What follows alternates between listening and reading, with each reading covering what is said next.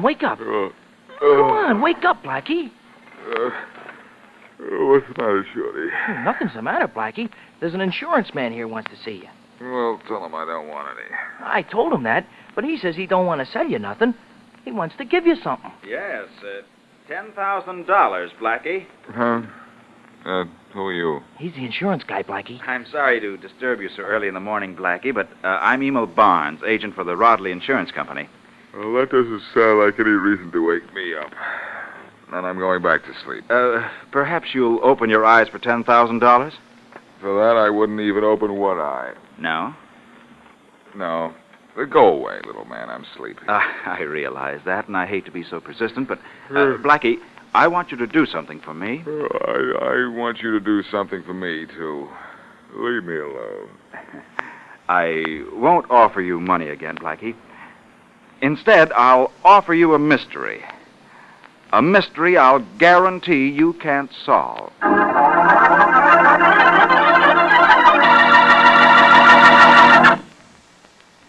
And now back to Dick Calmer as Boston Blackie. Enemy to those who make him an enemy. Friend to those who have no friend.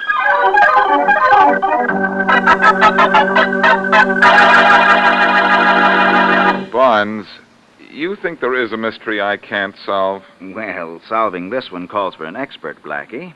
Is that so? Mm-hmm. Oh, Shorty, should I be modest or should I admit he came to the right man? Just be yourself, boss, and solve it for him. Thank you, Shorty.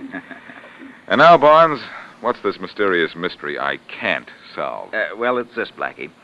My company carries the theft insurance for the Winthrope Jewelry Company. Now, almost every day for the last month, a diamond has been stolen from the workroom where the diamonds are set into rings, clips, brooches, and so forth. Mm-hmm. Now, there are 3 diamond setters in the shop, and we know one of the 3 is guilty. Which one? Well, that we don't know, Blackie. Nor do we know how the diamonds are stolen. You see, all 3 of the men in the shop are searched when they leave. They're searched at the end of the day, you mean? Yes. Oh, what about when they go out to lunch? They don't go out to lunch. All 3 of them bring their lunches to work and eat in the shop. They never go out during working hours, and no visitors are allowed to come in. Hey, I know a way to stop the diamonds from disappearing. Fire all 3 diamond setters. Well, I suggested that to Mr. Winthrope, the owner of the company, but he doesn't think that it's fair to the 2 men who are not taking diamonds. He has a point there. Mm-hmm. Well, what do you want me to do? Find out how the diamonds are being taken out of the shop. Now, understand, all 3 men are thoroughly searched. Not one of them has ever had a diamond on him. Yet almost every day a diamond is missing. That's very intriguing. Mm-hmm. Who are these 3 men? Well, there's Hans Van Houten. He's an expert diamond setter from Holland. He's been with the Winthrope Company for 20 years. Uh-huh. And then there's, young John Glass. He's Van Houten's protege. And the newest member of the trio is Jim Aldrich, a young man from Georgia. I see. Well, I'd say you have 2 mysteries, Mr. Barnes. Yes? Who is taking those diamonds, and how are they being smuggled out? Blackie, I've made plans for you to go to the shop later today as an employee of the Winthrope Company. Under another name, of course. You'll be John Jones. You've made plans for me already, huh? Uh-huh. Pretty sure I'd take this case, weren't you? Yes, I was. The method of stealing those diamonds has to be ingenious. It must interest a man like you. Well, doesn't it? Not much, Barnes. Give me 30 seconds to get dressed, and I'll be right with you.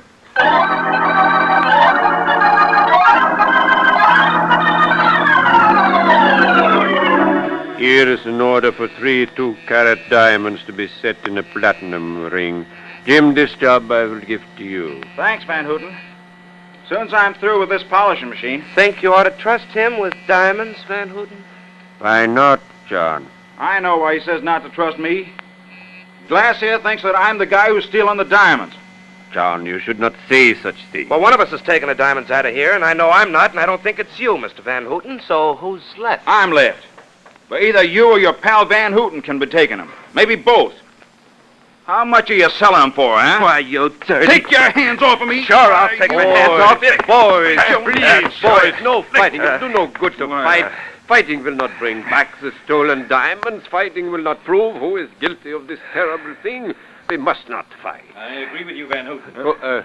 Good afternoon, Mr. Winthrop. Hello, Mr. Winthrop. It's closing time, gentlemen. You'll go out to be searched as usual. Right, Yes, sir. yes. But before you go, I'd like you to meet a new employee, Mr. John Jones. He'll work in here with you. Hello, fellas. Hello. Jones, this is Van Houten. How do you do, Mr. Jones? He's in charge here, and this is his protege, John Glass. How do you do, sir?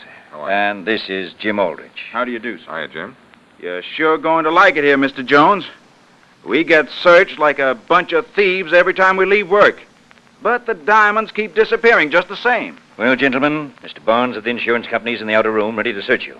This won't go on much longer, though. No. Why not? You know who's taken the diamonds? Mr. Barnes told me this morning that he's on the verge of naming the guilty one. Thinks the case is as good as solved. Oh, he does. Now, you'd better go in and be searched. See you in the morning, fellas. Right. So long. All right, Blackie. You're free to look around now. Thanks, Mr. Winthrop. But I'd like to look around my way, if you don't mind. Not at all. Will you send my assistant Shorty in? Right away. Thanks. And let me know as soon as Barnes has finished searching those three, will you? I certainly will. It'll be some time, though. We make the search very thorough. Even use a fluoroscope. Oh, Shorty, you may go in now. Oh, thanks, sir. Hi, Blackie. Hey, this is some swell joint, huh? As joints go, Shorty. Well, let's look around. Okay, boss. But for what?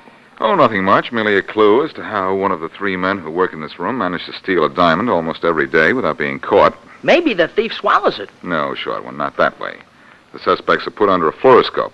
That would detect a diamond if they swallowed it. Oh. Well, where do we start looking, Blackie? Right here. Let's see now. Where are we? Right here in the middle of a room. And what do we see? Well, I see a small safe, a workbench, and a door. That's the washroom, according to the sign. And I see two windows. Blackie, the windows. That's how the thief gets the diamonds out. He throws them out the window. Maybe you should have stayed home, Shorty. You know where we are? Well, sure, in this room. Do you know where this room is? It's on the 12th floor, and this side of the building faces the river. Oh, So, so I'm not so smart, huh? Anything thrown out the window would drop into the river. now you're being a little bit smarter. Hey, what's this on the little wall here? Let's have a look, Shorty. Oh, just coat hangers. Oh, yes, on the shelf. This is where Van Houten, Glass, and Aldrich put their lunch boxes. Lunch boxes? Yes, Shorty, they have their lunches right here. That proves the diamonds aren't taken out during the lunch hour. Hey, Blackie, that means the only time they could carry out a diamond is after work. And that's now, huh? And now they're being searched, but thoroughly. Just as they're always searched, but thoroughly. Hey, what's this thing here? Looks like a piece of corn, Blackie. I can just get it out of this crack in the floor. There. Ah, it is corn. Oh, I know how that got there. One of the three guys who work here had corn on the cob for lunch. Which reminds me, Blackie, I'm hungry. How much longer are we going to stay here, huh? Not much longer. I've looked the place over from top to bottom and haven't found anything.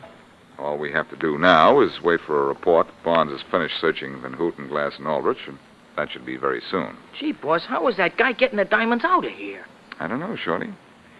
This mystery is everything Barnes said it would be. The diamonds can't be thrown out the window. They'd be lost in the river. And they can't be carried out because all three guys are searched. They can't be hidden in here because there's no place to hide them. Uh-huh. Barnes himself figured that out a long time ago. Oh, Blackie. Oh, yes, Mr. Winthrop. Has Barnes finished searching those three? Yes, he's already left. You can probably catch him if you want him, though. We found nothing on the men. The fluoroscope showed nothing on it? Not a thing. Do you know how this has been done? You've searched them and found nothing? Uh-uh. You can search me.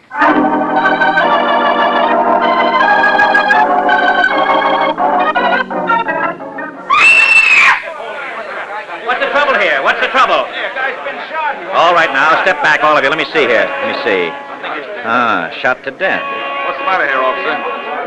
Uh-oh. Stand back, mister. This fellow's been shot. That's Barnes, Emo Barnes from the insurance company. You know him, huh? Only slightly, officer. He was doing a little investigation for the Winthrope Jewelry Company. Oh, you don't say. He left the Winthrope Company just now, huh? Yes, and so did I. I was trying to catch up with him. But it looks like somebody caught up with him before I did.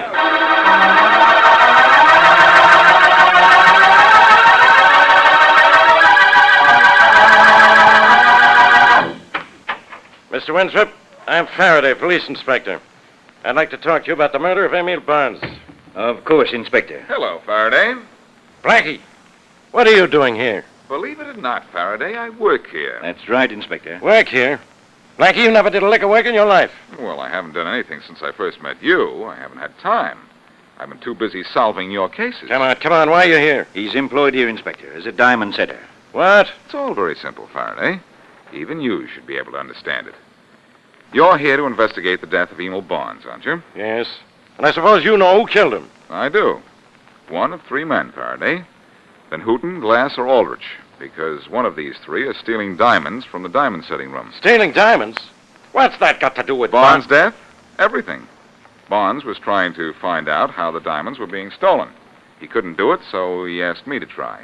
I just started working. I suppose you've solved the case already. No, I haven't any idea how it's done. The diamond setting room is on the 12th floor, facing the river, and all three diamond setters are thoroughly searched before they leave the shop. But the diamonds keep on disappearing, Inspector. Well, they do, huh? And what about today? Today, Faraday, I'll guarantee one thing. A diamond isn't missing. Blackie, you just guaranteed Inspector Faraday a diamond would not be missing? Well, I don't see how one could be. I don't either. But my inventory report shows that another diamond has been stolen today.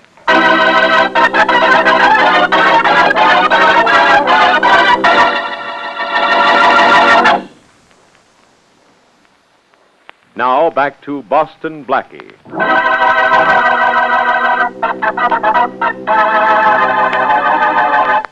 Blackie is involved in a mystery which even he feels that he cannot solve. Three men work in a diamond setting shop from which a diamond disappears almost every day. The three men are searched every time they leave the shop, but no diamond is ever found on them. No visitors are allowed in the shop, and the only windows in the room, which is on the 12th floor, face on a river. To add to Blackie's troubles, Emo Barnes, insurance agent investigating the thefts, is murdered, obviously by one of the three suspects. As we return to our story, Blackie and Mary Wesley are in a small cafe having a midnight snack. Cheer up, Blackie. After you've had something to eat, you'll feel I don't better. deserve to eat, Mary. I'm sure this case isn't as tough as I'm making it. If I could just find a clue. First find something on this menu, then you can look for a clue. Oh, all right. What are you going to have?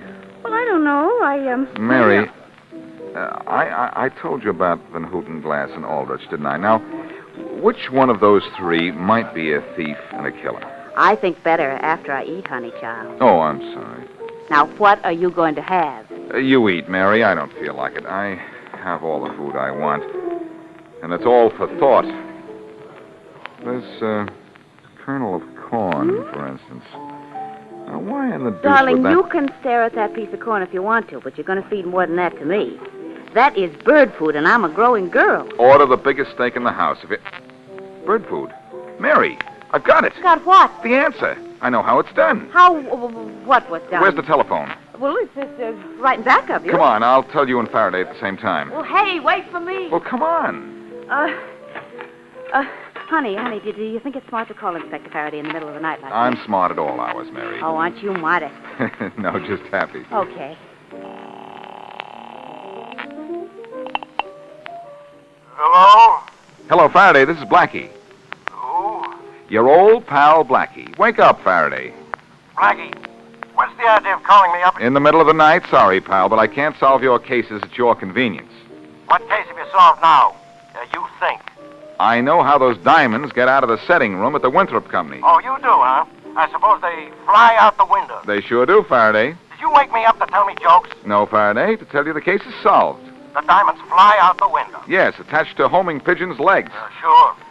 Huh? The guy ties a diamond to the leg, and the pigeon flies home, because that's what it's trained to do. Hey, you might have something there. I think I've got the answer. Those guys aren't searched when they go into the shop, only when they go out. I know that. How does the homing pigeon get into the shop? Well, the thief brings them in a lunchbox. And the lunchbox is empty when the guy leaves, because by that time the pigeon and the diamond have also gone out the window. Uh-huh. Look, Faraday. Yeah? I want you to come up to the shop at Winthrope's tomorrow morning early and search those lunchboxes. Okay.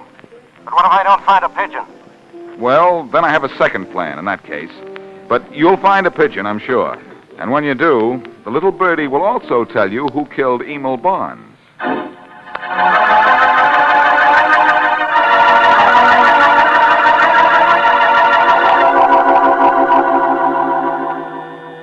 You are having trouble polishing the diamond, Mr. Jones. I may help you, perhaps. No, thanks, Van Houten. I'm getting it. Hey, Jones, Yes, Mr. Glass? what was that Inspector Faraday doing here a little while ago? I don't know. I know. Do you, Aldrich? I think he was looking through our coats and lunch boxes for a clue. What's the matter, Aldrich? Got a guilty conscience? Not especially. Not much. Boys, we must not argue. It will not help anyone. If one of us is stealing the diamonds, the police will... answer the phone, someone. I'll get it. Hello? Mr. Jones, please. Just a minute. For you, Jones. Thanks. Here. Now, let us get to work. There's much to do. Hello? Blackie, this is Faraday. Oh, yes. You wanted me to look in the lunch boxes, huh? Yeah. You said I'd find a pigeon in one of them. Yes? Well, what do you think I found in those lunch boxes? What? Lunch. No. Yeah, bird brain. Oh, look, where are you? In the next office. Okay. I want to try one more thing. What I told you to do last night. Check? Yes. I know what I ought to do. Forget you even exist. But I guess I'll go through with the rest of your plan. When? When? Now. You go back to your workbench, just as if nothing happened. And I'll come in and throw you out. Swell. But make it look good. Oh, don't worry. I'll be enjoying every minute of it. Goodbye. Who was that, Jones? Oh, one of the guys in the accounting office downstairs. He thinks that I... Blackie, what are you doing here? Blackie. Boston, Blackie? Well, I'll be... I don't know what you'll be, Glass, but I'll be going. I'll say you will, Blackie. I told you last night to get out of this case. Well, you're all wrong. You're just getting in my way. And I was just leaving, too, Inspector. So your name is Jones, huh? Was. Spying on us, huh? Also was. We do not like spies, Mr. Boston Blackie. Never mind that, Van Houten. I don't like guys who waste my time. And this guy's been wasting my time with a phony idea how those diamonds were being stolen. Now get out of here, Blackie. Get out and stay out. Okay, Faraday, you win. I was wrong. Huh? You admit it. Well, you must be sick. I am sick, Faraday. Sick of trying to help you out of jams. You get to the bottom of this your own way. I'm going someplace and get well.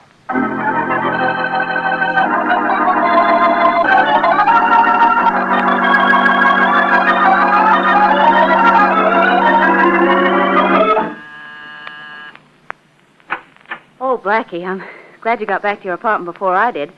I was afraid I'd have to wait out here in the hall. I just had to look around Aldrich's house, Mary. Oh? No pigeons. What did you find out about Glass? He lives at 47 Eastern Street. No pigeons. Not a sign of any? Not even a feather. Then everything depends on what Shorty finds at Van Houten's. Well, let's hope he finds something. He has to find pigeons, Mary. I'm sure I'm right. Because if I'm not, there's no way in the world for those diamonds to disappear out of that room. Van Houten has to have pigeons or the whole... Oh, what? The whole... Oh, this is the slickest jewel robbery and the toughest case I've ever heard of. Uh-oh, I hope that's Shorty. I hope so. Hello? Hey, Blackie, this is Shorty. Yes, Shorty? What did you find out about Van Houten? Well, he lives at 53 Eastern Street. 53 Eastern Street, huh? That's just a couple of doors away from where Glass lives. Yeah? Yeah, but never mind that. What did you find out about Van Houten? Nothing. I couldn't get into his place. Why not? The joint was locked. Well, did you see any pigeons in the neighborhood? Sure, Blackie, but they was all over at the church and the firehouse across the street. Not around Van Houten's. All right, Shorty. Thanks. Where are you going to be? I may want to get in touch with you later. I'll be at home, Blackie. All right, goodbye. So, Van Houten had no pigeons. Shorty couldn't find out, Mary, which means that Van Houten is still a possible suspect. In fact, he's our only one. We know Glass and Aldrich don't have pigeons. Yeah, but Blackie, you may be wrong entirely. You said Inspector Faraday didn't find a pigeon in any one of the 3 lunchboxes this morning. Oh, I have an answer to that one, Mary. Van Houten, if he's our man, was playing it smart. While the heat was on, he decided not to bring a pigeon with him. But you think maybe he'll bring a pigeon tomorrow, huh? He might. I had Faraday throw me off the case, so he would figure that the heat was off. At least that's what I wanted him to figure. I'll see you later, Mary. Where are you going? To see how I can get our Holland friend, Mr. Van Houten, in Dutch.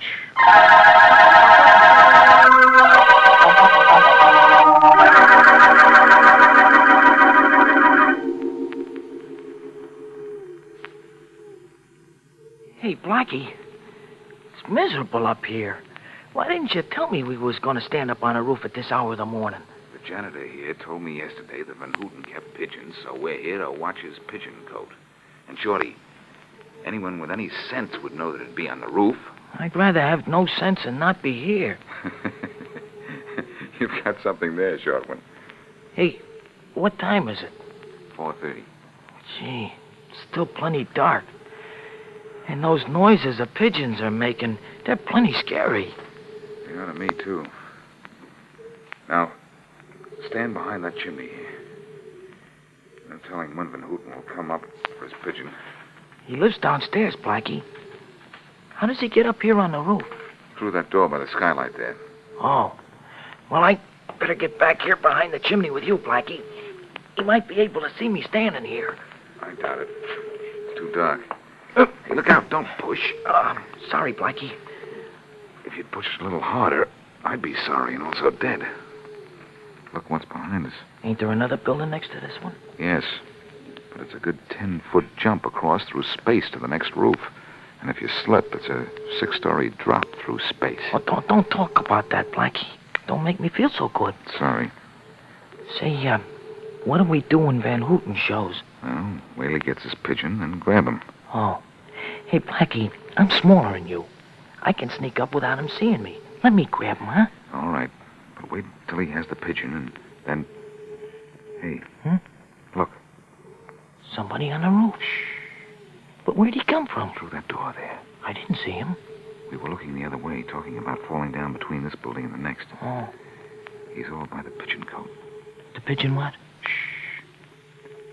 Can you see what he's doing, Shorty? Yeah. He's got his arm in that pigeon thing. Coat.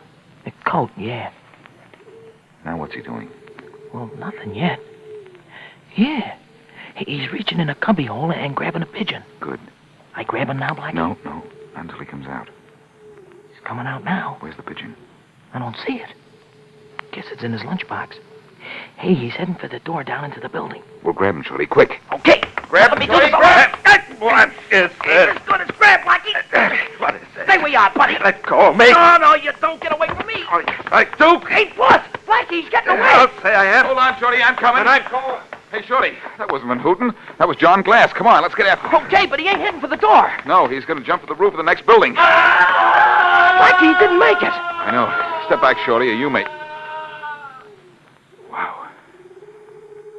That's the end of John Glass. Oh, gosh, Blackie, 6 stories down. Hey, Blackie, please stay away from that edge. Do you want to go down there after him? Yes, Shorty, I do.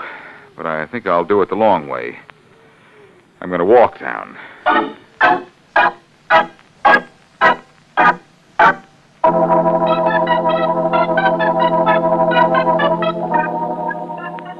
Blackie, how many pigeons are there in this park? I don't know, Mary. Why? Well, I want to know how many more pigeons you're going to feed before you feed me. Oh, you're not only hungry, but ungrateful, Mary. Thanks to a pigeon, I solved the most baffling jewel robbery I've ever come across. I take it all back. That John Glass certainly had a clever idea, didn't he? A little too clever. He got the idea when he became friendly with Van Houten and saw how the homing pigeons came back from wherever he released them. He used Van Houten's pigeons to fly the diamonds back here, and Van Houten didn't know a thing about it. Say, what did he use for the pigeons to carry the diamonds in? A small round capsule. He found several of them in the pigeon cote, and one with the diamond still in it. Well, that certainly proved what you already knew, didn't it? Yes, it did. Too bad Winthrope made that remark in front of Glass about Barnes, the insurance man, having the case almost solved. That's why Glass killed Barnes. Not too bad, and Barnes was just referring to your being in on the case, wasn't he? Yes. Shame. Hey, but there's one thing I would like to know. What? Well, you worked with those 3 diamond setters for a whole day and a half. How'd you get away with it? You don't know anything about diamonds. Are you kidding? I don't know anything about diamonds.